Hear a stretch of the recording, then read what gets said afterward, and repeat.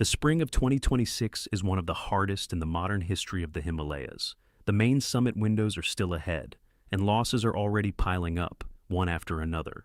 On the 3rd of May, on the approach to Everest Base Camp, a 52-year-old Sherpa with 30 seasons behind him dies.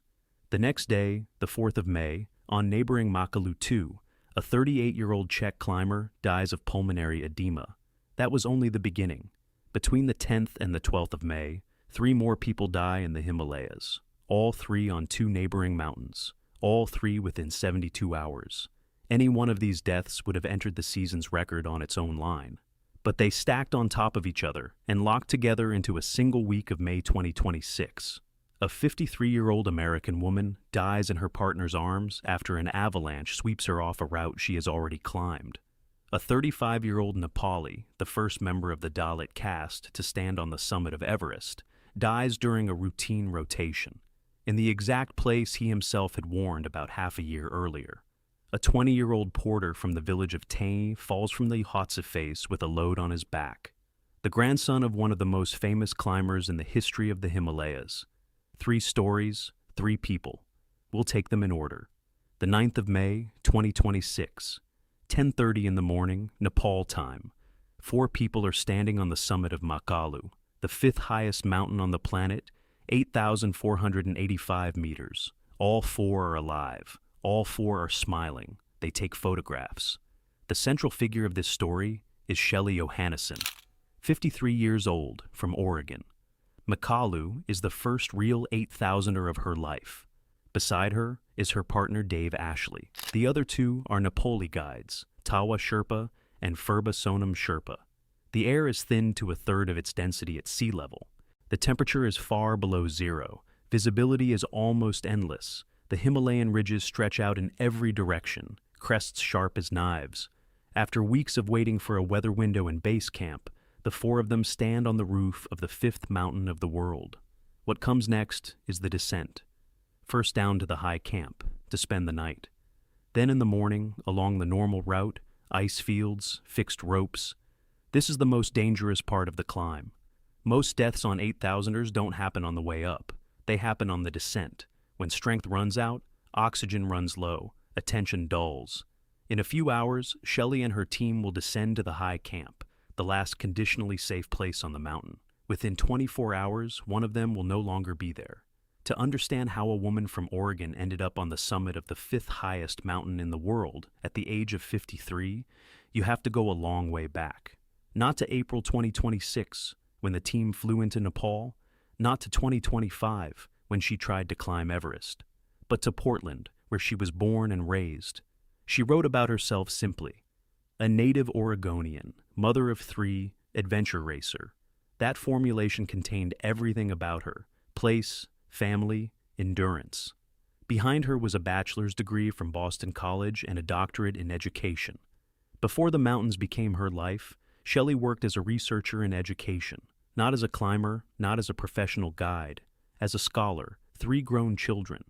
By her 50s, she was already living a different life, in the small town of Kamas, Utah, near the ski slopes of Park City. Shelley came to the mountains late, not at 20, not at 30.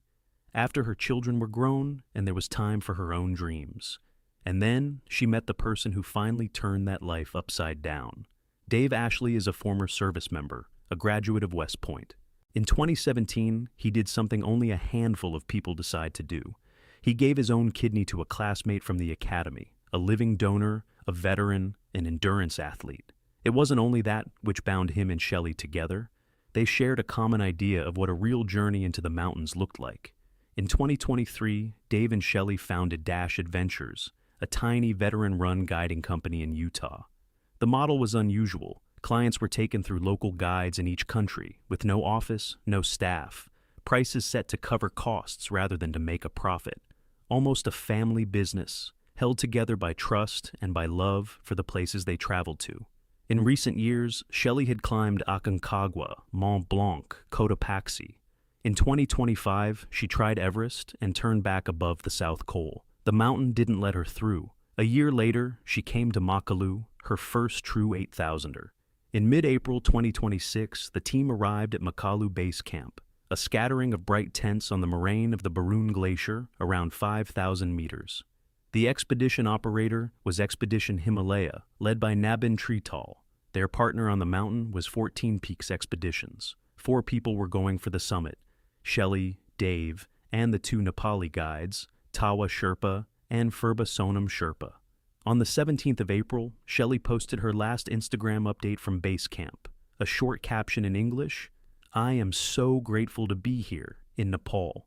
After that, waiting.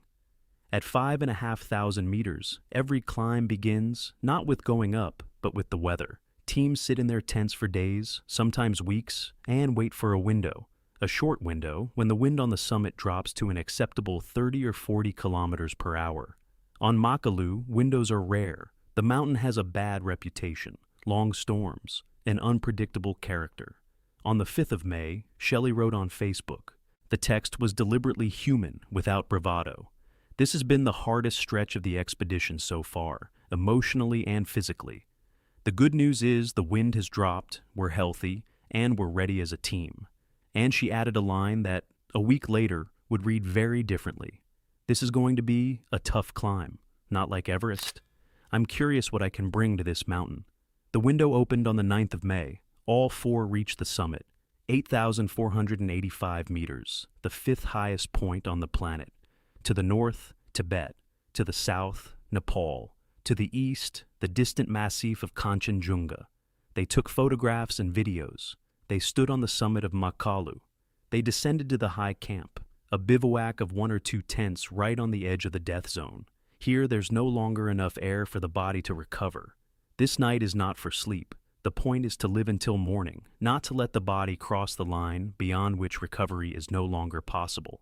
The team descends along the normal route, the standard path used by almost every commercial group coming down from Makalu. Below Camp 3, at around 7,200 meters, comes a section with fixed ropes, 300, maybe 400 meters of rope on ice. The Sherpas clip into the rope and start down.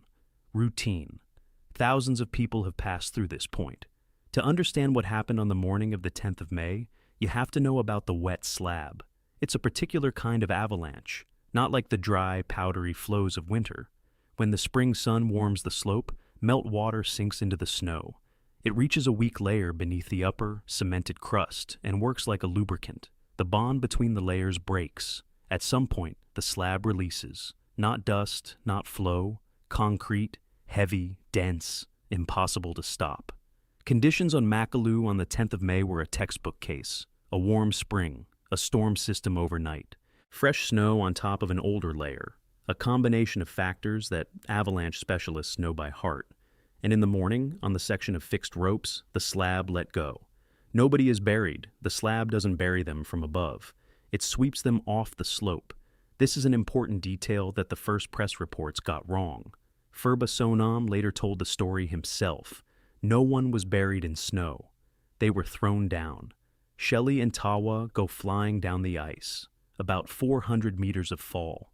Tawa, an experienced Nepali guide, lies in the snow with injuries and cannot get up. Beside him lies Shelley. She also has fractures. They cannot move. Dave is injured, but he did not fall as far. He stays higher on the slope, conscious, able to move, but with serious injuries. Phura Sherpa is the only one of the 4 the avalanche did not sweep away. He stands on the slope, looks down, and sees what has just happened. The triumph of the summit on the 9th of May is over. From here on, it's no longer about the climb. From here on, it's about survival. Phura Sherpa descends to the injured alone. Behind him are 13 of the 14 8,000ers of the planet. The only one not yet ticked off is Shishapangma. There are very few such people in the world, and now this man is alone on a slope with 3 injured climbers. He reaches Shelley, Tawa, and Dave. Shelley and Tawa are lying down, unable to stand because of their injuries. Dave is wounded but conscious. Phura does the first thing he must do. He drives an ice axe into the slope, runs out a rope, and anchors all 3 to it. He ties them to a single point on the ice so they won't be dragged further down if the slab releases again. Then he waits. Sunset at 7,200 meters comes fast. Help should be coming up from below, rescuers, a doctor, oxygen. No one comes. The weather is keeping the lower camps pinned down. Hours pass. Phura sits beside 3 injured people and watches the sky over Makalu go dark. And then he does some simple arithmetic. If all 4 stay the night at 7,200 meters in this wind, no one will be alive in the morning. Help won't come on its own. Someone has to go down and bring it. He asks Dave to come with him. 2 in a storm are better than 1. Dave refuses. He stays with Shelley.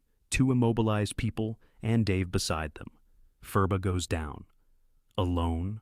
On the same avalanche slope the slab had just released on. Through the wind, through the snowfall. At 21:40, he reaches Camp 2. His own words about that night. I realized that if I stayed up there for the night, it could cost everyone their lives. I asked Dave whether he would come with me. He chose to stay with Shelley, and one more sentence which sets the price of his decision.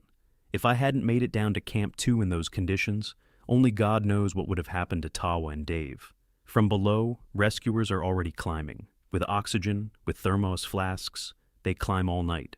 Darkness, wind, the same path Phura has just descended. At 7,200 meters, 3 people are tied to an ice axe. Shelley, Tawa, Dave. The anchor holds. The wind does not let up. 5 hours have passed since Phura went down. 10, 12. In those hours, Dave does the only thing he can. He keeps Shelley conscious. He talks to her. He doesn't let her drift inward. Tawa is beside them, also injured, also at the edge. The snow and the wind do not stop. What happens to a body at that altitude and in that cold? Hypothermia doesn't come all at once. It creeps up slowly. Reaction slow, strength drains away. And when there are injuries and you cannot move, there's no way to warm yourself. Every minute on the ice works against the person. 3 o'clock in the morning on the 11th of May, the rescuers finally arrive, from Camp 2, through the storm, with oxygen and thermos flasks. They change Shelley's oxygen bottle. They try to give her warm drinks. They do everything that is supposed to be done in this situation. But Shelley is already in critical condition. Hypothermia, injuries, hours on the ice. Each of these factors is critical on its own. Together, the combination leaves no reserve. At 4 in the morning, she dies. An hour after help reached her, Dave holds her until the end. After Shelley's death, Tawa and Dave decide to descend on their own. Both are injured, both at the limit of their strength. They go down slowly, step by step, along the same slope Phura descended a few hours before them. Halfway down, a second rescue team intercepts them and brings them to Camp 2. During the day on the 11th of May, a helicopter lifts off. 6 Sherpas carry Shelley's body from 7,200 meters down to the helipad. The helicopter takes her to Kathmandu. Dave and Tawa go to the hospital, condition stable. Dave will bring her home to Utah. To understand the second death of this week, you have to go back 24 hours. 20 kilometers west of Makalu, at the foot of Everest, stands base camp. A whole tent city on the ice. Dozens of expeditions from all over the world. And in this camp, early on the morning of the 11th of May, another body has already been lying for 24 hours. It had been brought down from the mountain early on the morning of the 10th of May, a day before Shelley would die. While Phura Sonam was only just beginning his lone descent through the storm to fetch rescuers, this man on Everest was already dead. His name was Bijay Gimire Bishwakarma, 35 years old, Nepali, a 4-time Everest summiter. He did not die from an avalanche, not from a fall, not from a collapsing serac. He died during a routine acclimatization rotation in the Khumbu Icefall, on that very section of the route through which thousands of people have passed over 70 years.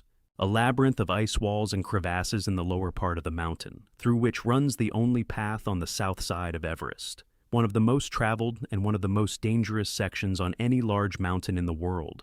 There is one more detail in this death that makes it especially hard. Half a year before that morning, Bijay had given an interview to a Nepali publication. The subject was a new project, an alternative path through neighboring Lhotse that would allow climbers to avoid the Khumbu Icefall altogether. The alternative route was nearly 80% built and was meant to save the lives of hundreds of Sherpas in future seasons. Bijay called the Khumbu Icefall the most dangerous section on Everest. He said publicly that expeditions needed to move off it onto the new path. And then he himself died there. Who was he? And why is his name not just one more name on the list of those killed in the Himalayas? To answer that, you have to go further back, to a village in the lower Khumbu, to a caste that, in Nepal, is still looked down upon. Bijay Gimire Bishwakarma, 35 years old, from the municipality of Solududkunda in the lower Khumbu, eastern Nepal. Before going further, a word about the surname. Bishwakarma in Nepal is not just a family name, it is a marker of community, specifically of the Kami community, traditional blacksmiths. For several hundred years, the Kami were counted among a large group of the population in Nepal known as the Dalits. Dalits make up around 13% of Nepal's population, 1 in 7 people in the country, but there is one industry where they are almost absent: elite high-altitude mountaineering.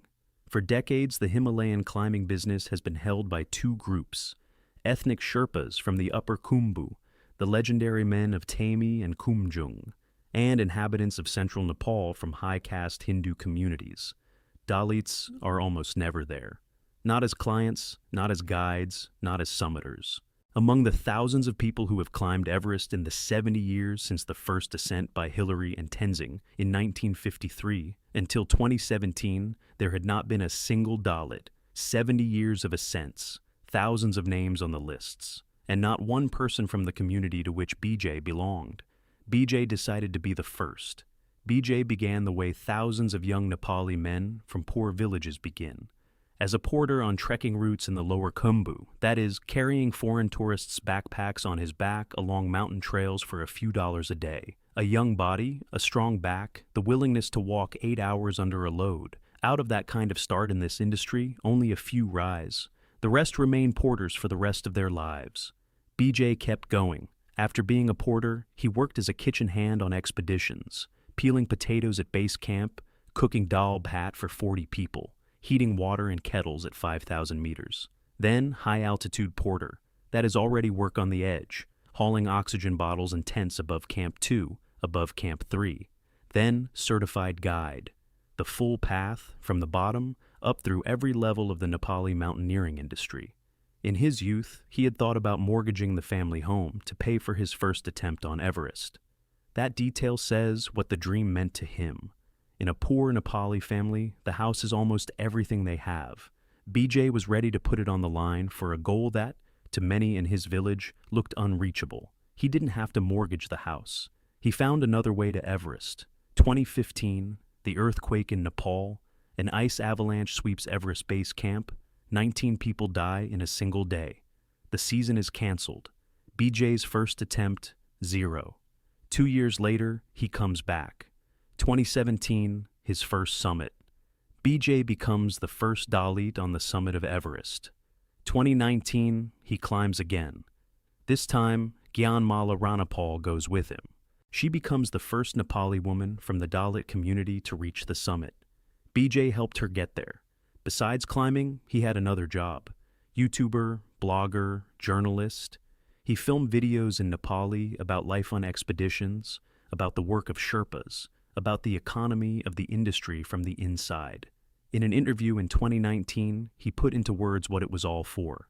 For more than 65 years, people have been climbing Everest, setting records. But no one from the Dalit community has ever reached the summit, and I decided to be the first. By 2023, he had 3 Everest summits. By 2025, 4. In 2026, he was going for his 5th. On the evening of the 9th of May 2026, Bijay is at Everest Base Camp. At 5,360 meters, the tent city of the team climbing the 7 summits is set up, the American company that had hired Bijay for this expedition. In the camp, the annual table tennis tournament is going on. In the large communal tent that everyone calls the Big House, a table is set up. Sherpas and Western clients take turns at the table. Bijay does not play. He cheers for his colleagues. This is the last evening of his life. On the 10th of May, in the early morning, Bijay leaves base camp on a planned acclimatization rotation up to Camp 2. The route runs through the Khumbu Icefall, the same way thousands of people have taken for years.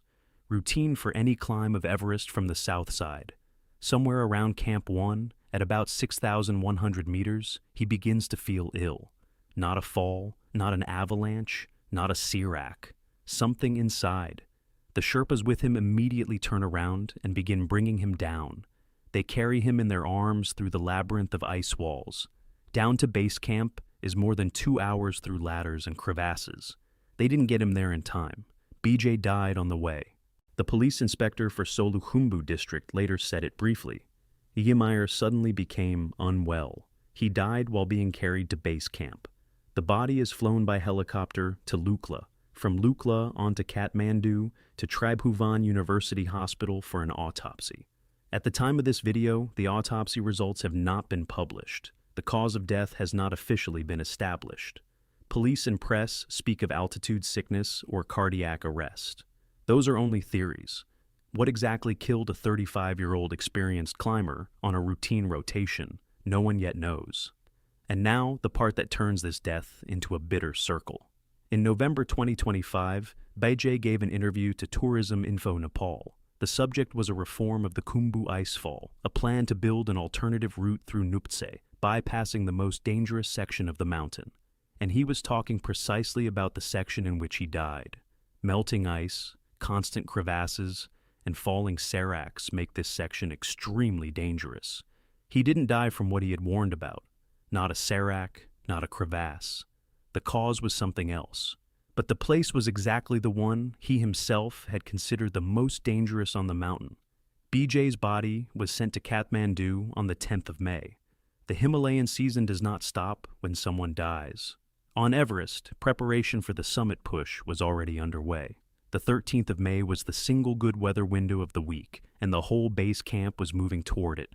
Hundreds of Sherpas are working in the upper camps, hauling oxygen bottles, tents, coils of rope, food, everything the clients will need on the final push, the heavy, dangerous, almost invisible part of any expedition.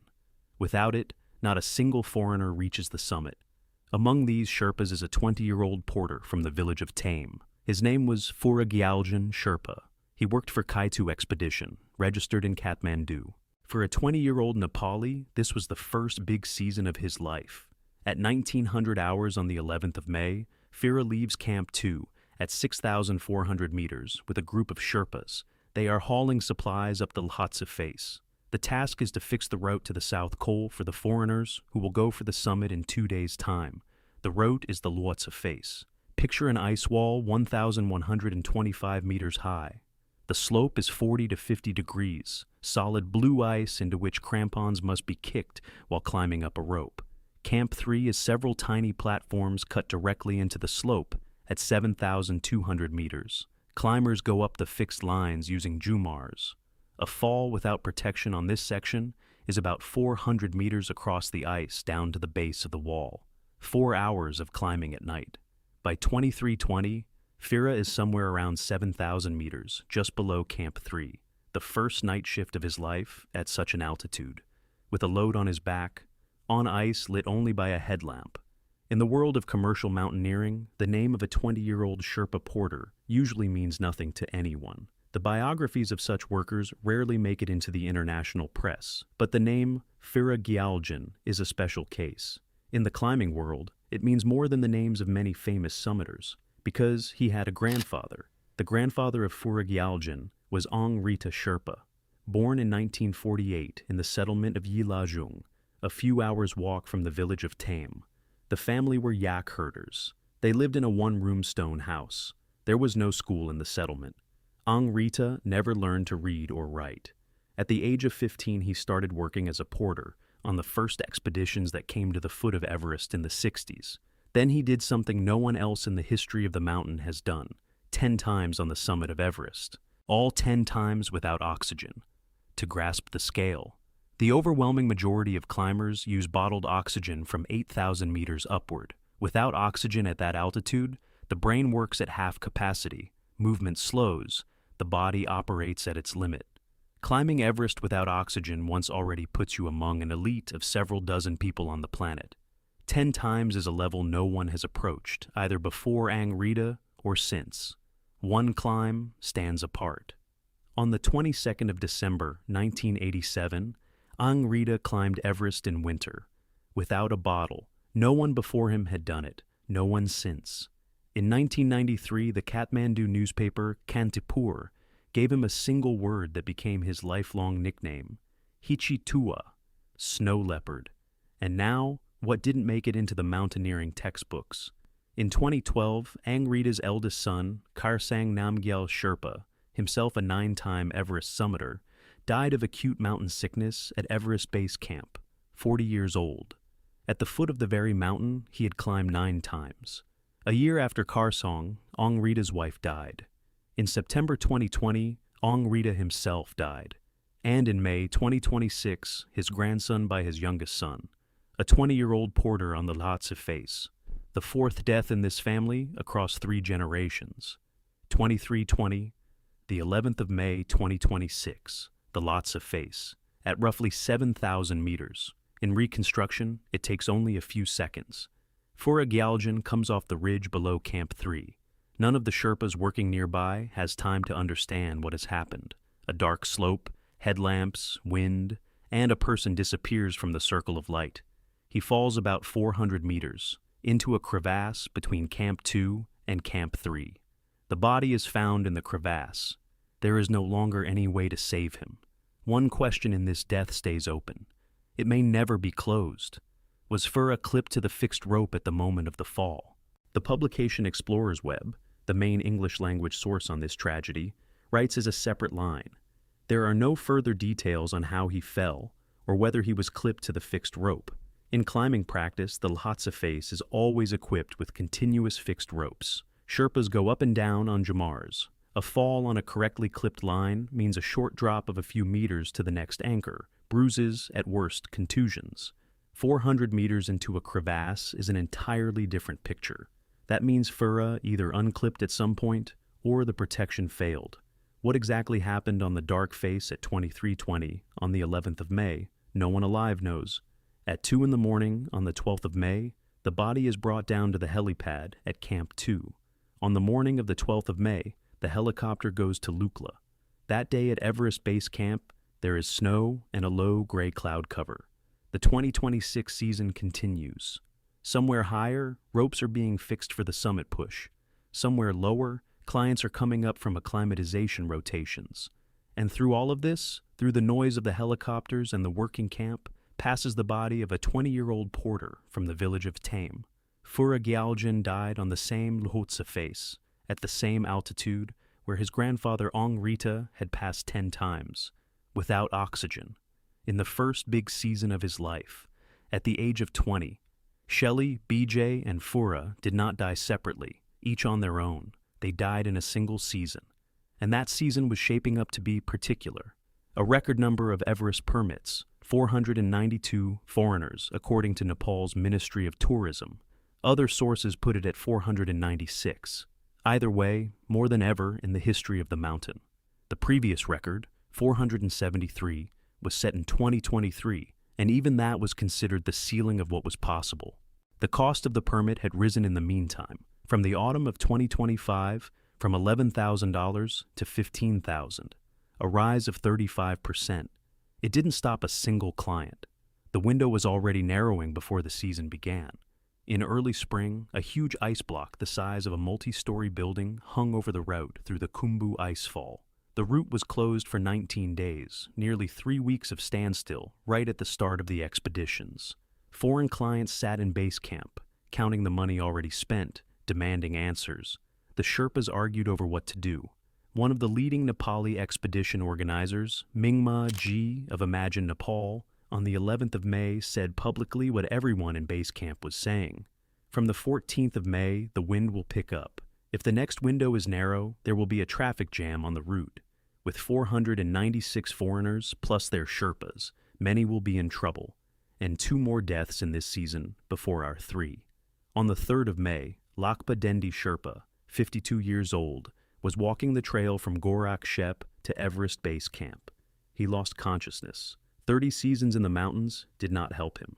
On the 4th of May, David Rubinek, 38, a Czech climber, developed pulmonary edema on Makalu 2, the neighboring 7,000er in the Makalu Massif. He was descending toward Camp 2 and did not make it.